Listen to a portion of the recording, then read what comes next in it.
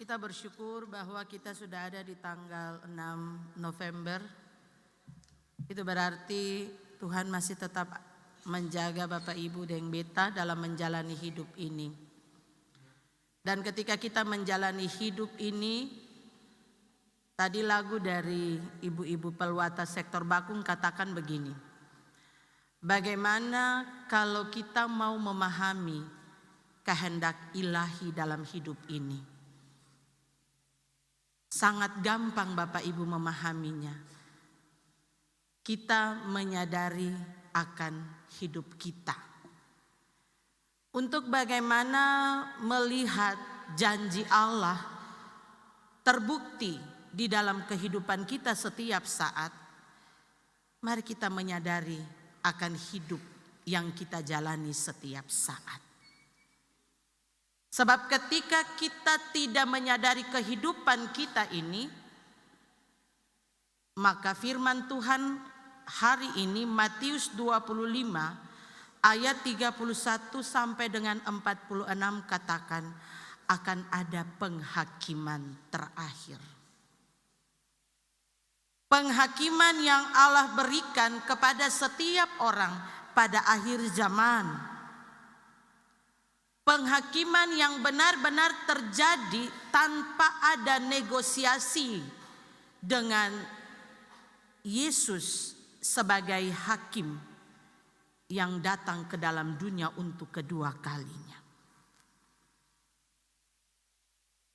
Dan penghakiman terakhir di akhir zaman ini Bapak Ibu Saudara semua sudah disampaikan oleh Yesus di dalam pengajarannya, dan salah satunya adalah bagaimana semua orang mempersiapkan diri untuk kedatangan yang kedua kalinya.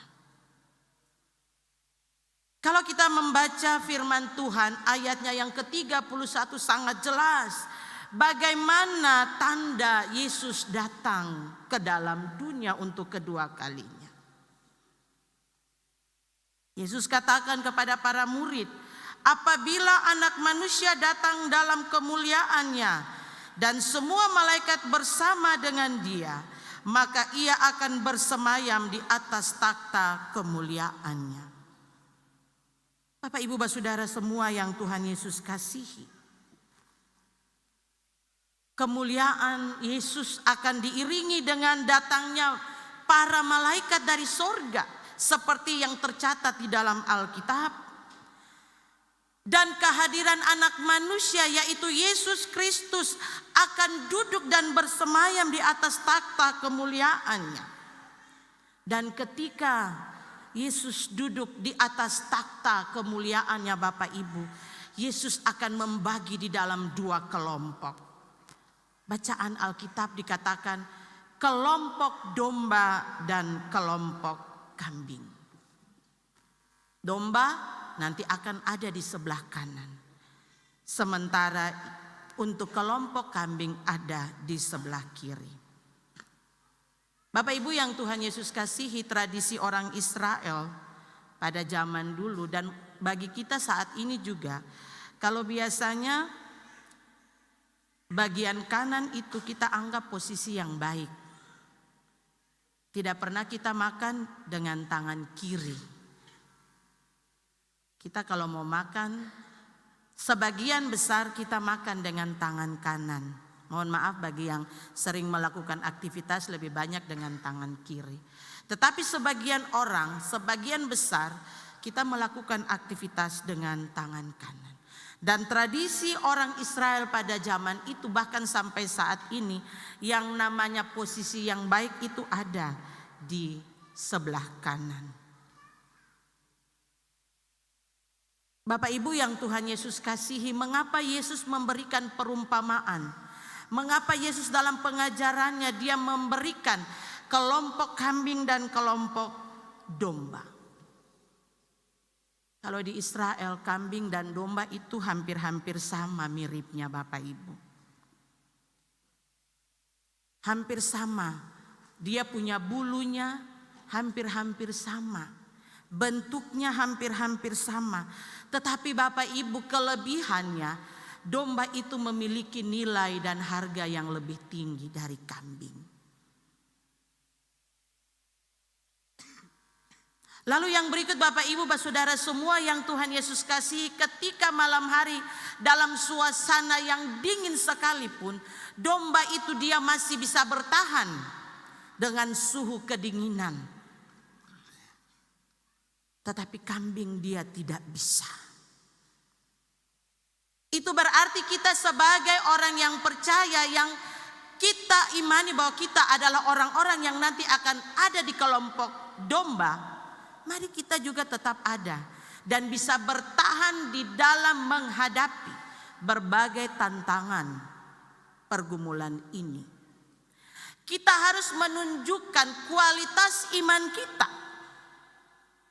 Apakah kita berharga seperti satu ekor domba ataukah tidak? Berbicara tentang berharga di mata Tuhan, memiliki kualitas iman yang benar dan baik di hadapan Tuhan. Yesus katakan, marilah kita melakukan apa yang Yesus ajarkan sesuai dengan ajarannya di dalam ayatnya yang ke-35. Mari Bapak Ibu kita lihat sama-sama ayat 35. Ketika aku telanjang, kamu memberi aku pakaian. Ketika aku sakit, kamu melawat aku. Ketika aku di dalam penjara, kamu mengunjungi aku. Yesus mau katakan kepada Bapak Ibu dan saya, memiliki kualitas iman, memiliki kehidupan rohani yang benar, mari lakukanlah apa yang Yesus ajarkan. Peduli dengan setiap orang. Yesus bilang lakukan salah satu dari ini saja Bapak Ibu sudah luar biasa. Apalagi semua kita lakukan. Kita punya tema sentral dari Gereja Protestan Maluku, hidup saling melayani. Melayani bukan saja Bapak Ibu kita menyanyi, melayani lebih sungguh. Tetapi mari kita wujud nyatakan apa itu melayani di dalam hidup kita.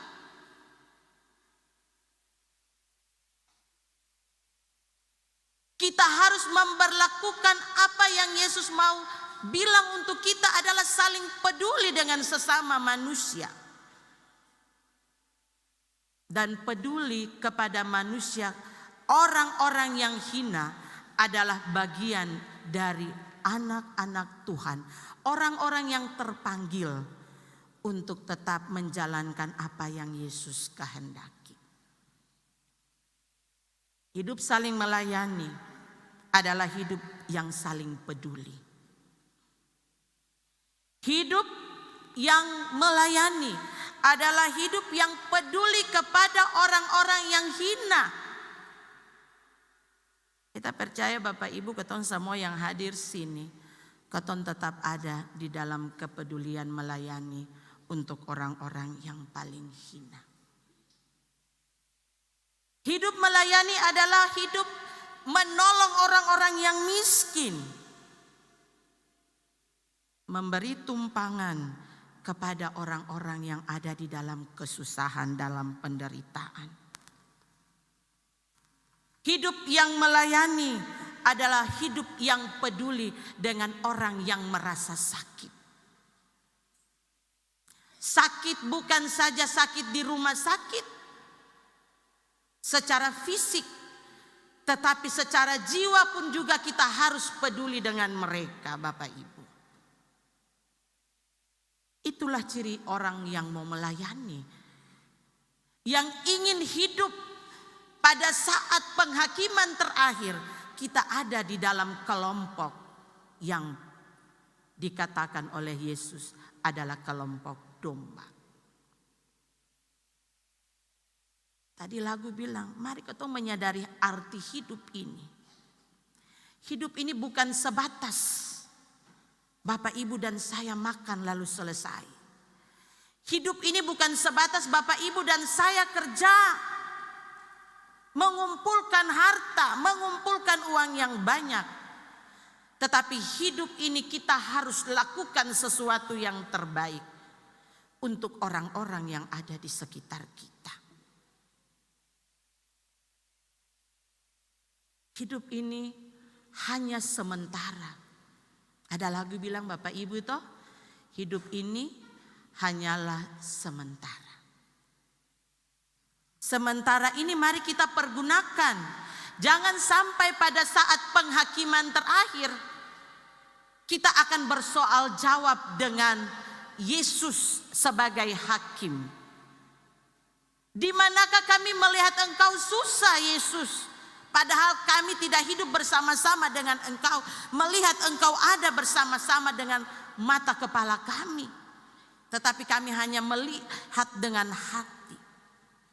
Bagaimana saya mau melayani Engkau, Yesus? Saya tidak pernah melihat Engkau sakit. Karena ketika saya sakit, saya minta Yesus tolong saya dalam sakitku. Aku harap Engkau tolong turut nikmat-Mu. Lagu tadi Bapak Ibu. Yesus, saya tidak pernah melihat Engkau ada di penjara. Karena Engkau tidak pernah korupsi. Karena Engkau tidak pernah melakukan kejahatan, Yesus. Jangan sampai hal itu ada. Kalau sampai hal itu terjadi, Bapak Ibu, Yesus akan katakan, enyalah engkau dari hadapanku. Kalau sampai Yesus katakan enyalah Bapak Ibu, itu sudah tidak ada lagi pengampunan. Yesus bilang, kalau engkau mau melayani aku, layanilah orang-orang yang hina ini. Ketika aku ada di rumah sakit, datanglah, lawatlah aku. Kunjungilah mereka yang ada dalam penderitaan. Ketika ada orang lapar, mari kita memberikan bantuan. Yang Bapak Ibu deng beta mau kasih bantuan, katong pilih-pilih. Tuhan tahu Bapak Ibu, apa yang Bapak Ibu dan beta kasih untuk orang. Jangan ketong lihat dengan mata kiri, lalu mata kanan tutup. Tetapi mari kita buka mata kita, hati kita, lalu kita layani Tuhan. Karena hidup melayani itu sangat indah dan luar biasa. Beta percaya Bapak Ibu dan beta, ketika ketong ada dalam memberikan bantuan, kita peduli dengan sesama. Pasti Bapak Ibu setelah orang itu pergi atau kita pergi meninggalkan mereka, pasti di dalam hati Bapak Ibu dan beta ada sukacita. Amin Bapak Ibu? Amin, pasti ada sukacita. Pasti yang kita bilang danke Tuhan Yesus, terima kasih Tuhan Yesus. Hari ini berkat yang Tuhan berikan saya sisipkan. Saya berikan kepada orang-orang yang membutuhkan. Itu yang Yesus ajarkan kepada Bapak Ibu dan saya. Mari memasuki minggu yang baru ini Bapak Ibu. Kita harus bisa menanamkan yang namanya kebaikan di dalam hidup ini. Menanamkan kebaikan dibarengi dengan cinta kasih itu luar biasa. Ini yang Yesus mau bilang untuk Bapak Ibu dalam ketumpung hidup setiap saat. Tanamkanlah kebaikan dan dibarengi dengan cinta kasih. Hidup saling memberi dari apa yang ada pada Bapak Ibu dan saya. Kita memberi dengan sukacita, dengan tulus hati. Tuhan akan memberikan berlipat ganda dari apa yang Bapak Ibu dan saya berikan. Bantulah orang-orang yang ada di dalam kondisi yang memprihatinkan. Jangan ketemu bantu yang jauh-jauh Bapak Ibu dulu.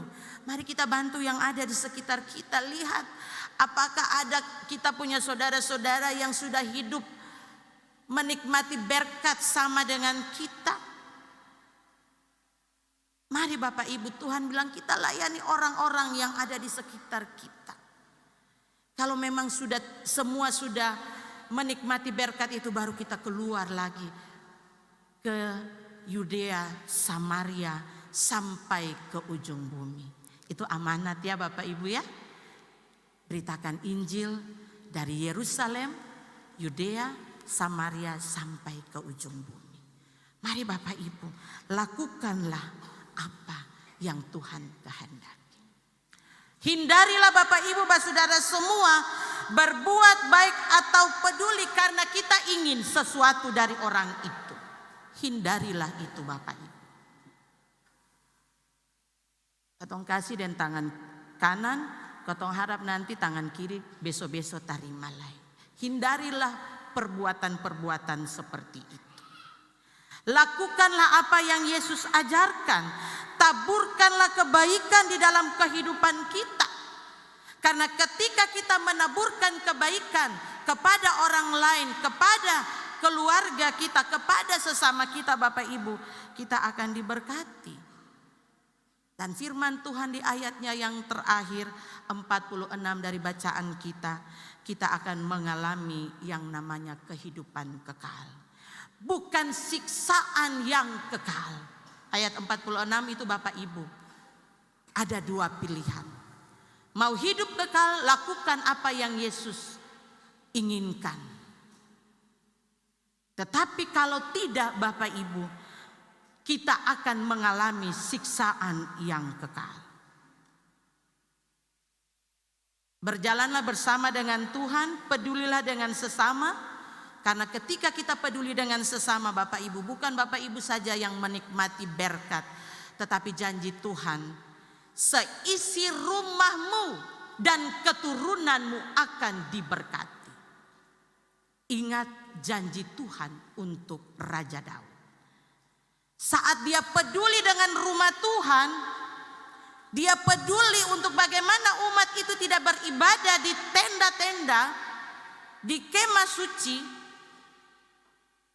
Dia bangun, punya kerinduan untuk bangun bait Allah.